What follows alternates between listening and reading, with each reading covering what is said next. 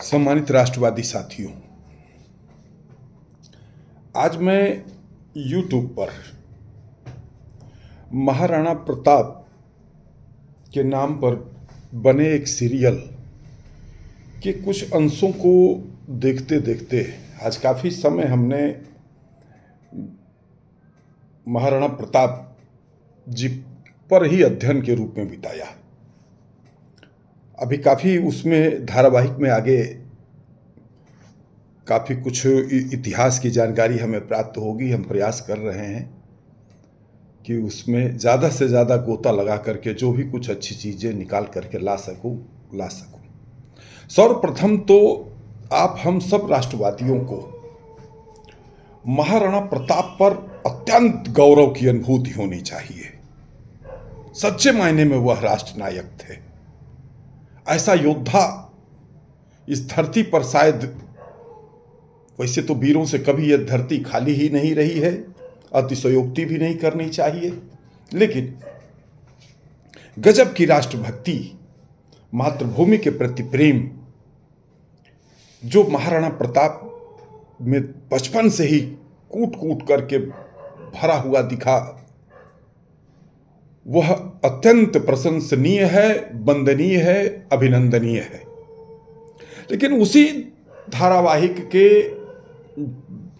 उस समय महाराणा प्रताप के पिता राजा उदय प्रताप सिंह, जिनकी 4 रानियां थीं, जिसमें एक धीर बाई नाम की जो उनकी पटरानी है, वह महाराणा प्रताप को जहर देकर के बाल्यावस्था में ही मारने की कोशिश किया। जब धीर बाई के पुत्र जगमाल मां के गर्भ में थे, तभी से वह कुंवर प्रताप को मारने की साजिश करती रही। अनेकों बार अनेक प्रकार से उन्होंने जो है उन्हें जान से मरवाने की कोशिश की, मारने की कोशिश किया। लेकिन सच है कि जाको रखे साइयां मार सके न कोई, यह बात उन पर लागू होती रही। और वहीं जिस पुत्र को वह राजा बनाना चाहती थी, अपने जगमाल को, वह अब तक का जो हमने अध्ययन किया है उसमें वह एक नशेड़ी टाइप का, एक नपुंसक मानसिकता का, एक क्षुद्र मानसिकता का व्यक्ति नजर आया।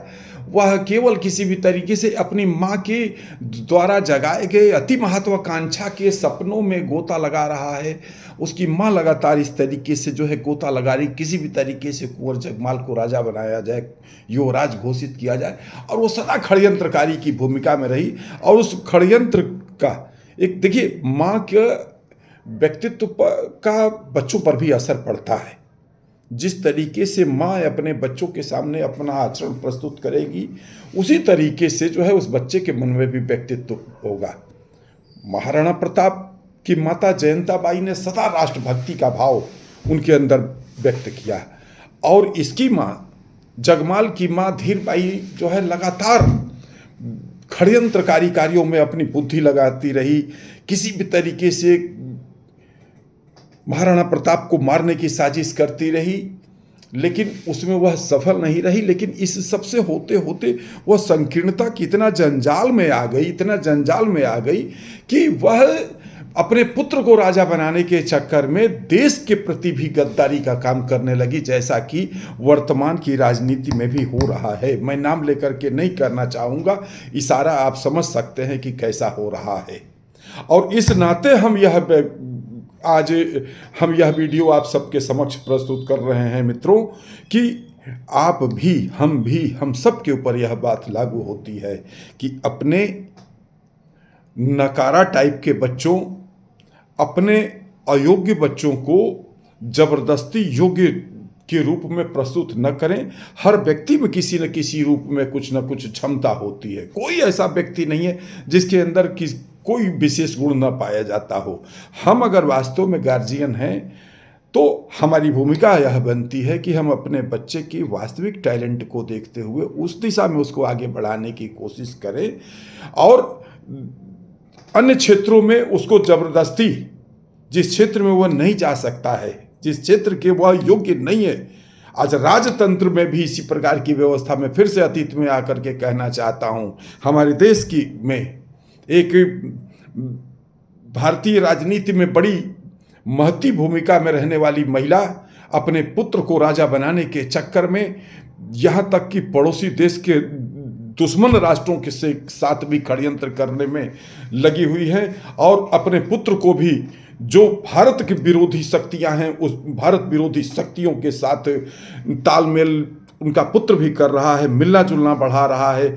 इस प्रकार की स्थितियां आज भी जीवंत हैं। इसलिए हालांकि तब की स्थिति में एक विशेष बात थी कि तब राजा को राजा घोषित करता था, यानी वर्तमान राजा भावी राजा की घोषणा करता था। आज हम जनता के हाथ में यह तंत्र है कि हम जनता अपने देश का भावी राजा कौन होगा यह तय करेंगे। इसलिए कभी भविष्य में जगमाल जी जैसा, जी शब्द क्या कहूँ वो उस जी कहना भी नहीं चाहिए, ऐसा थोड़े कि राजा बन गए या युवराज हो या कि राज परिवार में जन्मे हो तो तुमको हम जी जी कहेंगे।